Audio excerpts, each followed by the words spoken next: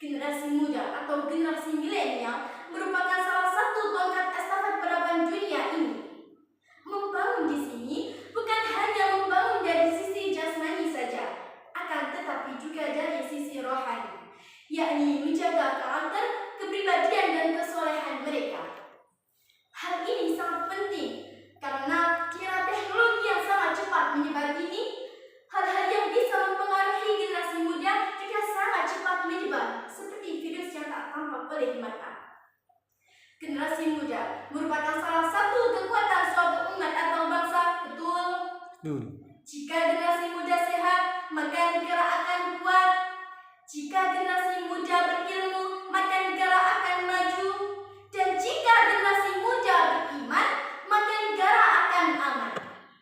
Tapi jika generasi muda rusak, maka hancurlah suatu umat atau bangsa. Hadirin yang dirahmati oleh Allah, Dr. Alexis Carrel dalam bukunya Mind Unknown mengatakan dunia telah dilanda dekadensi moral. Tidaklah berlebihan bila Indonesia dikatakan sebagai salah satu bagian dari wilayah yang dimaksud oleh ilmuwan asal Prancis itu. Perlu diingat, statusnya generasi muda sebagai siswa-siswi atau bahkan mahasiswa dan mahasiswi bukanlah jaminan meningkatnya intelektualitas mereka dan terjaganya moralitas mereka. Realitasnya, marak terjadi kasus murid yang memukuli para guru, ditambah lagi pergaulan bebas antar lawan jenis. Peran generasi muda Islam sebagai eksistensi agama di bumi ini adalah dengan ikut serta membumikan pesan moral ke setiap jiwa raga manusianya. Untuk melihat nasib masa depan umat Islam adalah dengan melihat generasi muda pada saat ini.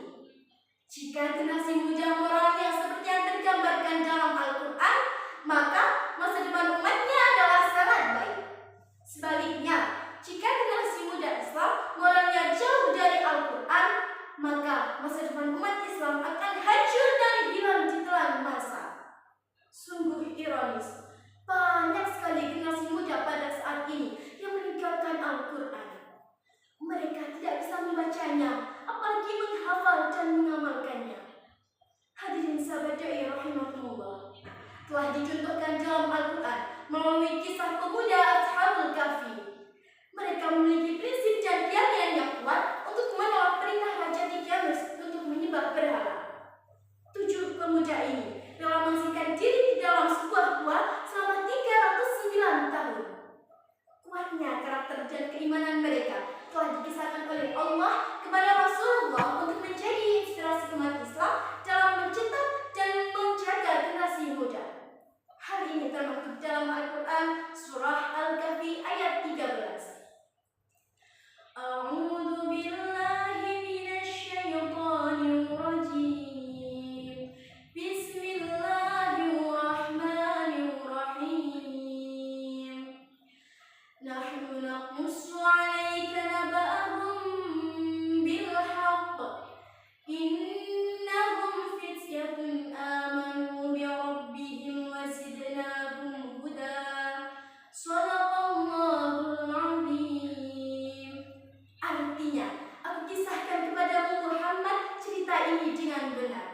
Sesungguhnya mereka adalah pemuda-pemuda yang beriman kepada Tuhan mereka, dan kami tambah pula untuk mereka petunjuk.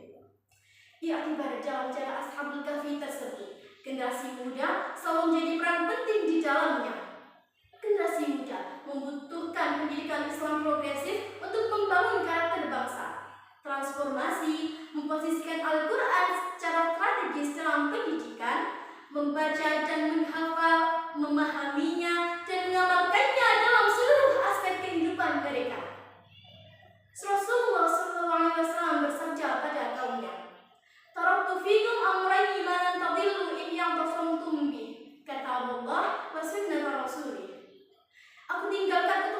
dua perkara kalian tidak akan tersesat selama berpegangan dengannya, yaitu Al-Quran dan Sunnah Rasulullah Muhammad SAW.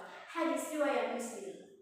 Oleh karena itu, kita sebagai generasi muda hendaklah berpegang teguh pada Al-Quran dan As-Sunnah agar tidak tersesat di kemudian hari. Juga dibutuhkan partisipasi dan motivasi yang lebih baik dari segi lingkungan, keluarga, sekolah maupun masyarakat. Semoga kita semua termasuk generasi muda yang hebat, berilmu dan berakhlak, dikira ekonominya kuat, para pemimpin amanah, masyarakatnya berakhlakul karimah, berpegang teguh pada Al-Quran dan As-Sunnah. Insya Allah akan mewujudkan generasi muda yang thayyibah yang menjunjung tinggi syariat. Buah markisa manis segar rasanya, dimakan anak sambil selamba. Hadis matur ula peserta audisinya, tersilap kata mohon dimaafkan. Tersilap kata. Wabillahi taufiq wal hidayah. Wassalamualaikum warahmatullahi wabarakatuh. Waalaikumsalam.